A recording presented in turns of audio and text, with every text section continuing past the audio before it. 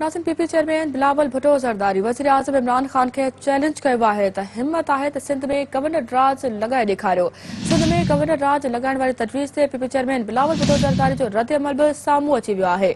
समाजी राब्ते वारी वेबसाइट ते ट्विटर कंदे बिलावल भुट्टो ज़रदारी चयो त सुभाणे न पर अॼु गवर्नर राज लॻायो, इंशाअल्लाह हू सभु इस्लामाबाद जी हुकूमत खे जवाब ॾींदा।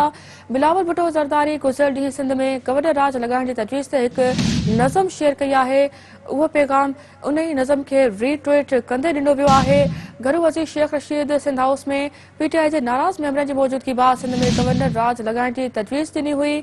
अवां खे नाज़िन अहम ख़बर ॾींदा हलूं पिया त पीपी चेयरमैन बिलावल भुट्टो ज़रदारी वज़ीर आज़म इमरान ख़ान खे चैलेंज कयो आहे त हिम्मत आहे त सिंध में गवर्नर राज लॻाए ॾेखारियो। सिंध में गवर्नर राज लॻाइण वारी तजवीज़ ते पीपी चेयरमैन बिलावल भुट्टो ज़रदारी जो रद्द अमल बि साम्हूं अची वियो आहे। नाज़िन अवां खे ॿुधाईंदा हलूं समाजी राब्ते वारी वेबसाइट ते ट्वीट कंदे बिलावल भुट्टो ज़रदारी चयो त सुभाणे न पर अॼु गवर्नर राज लॻायो, इंशाअल्लाह हू सभु इस्लामाबाद जी हुकूमत खे जवाब ॾींदा।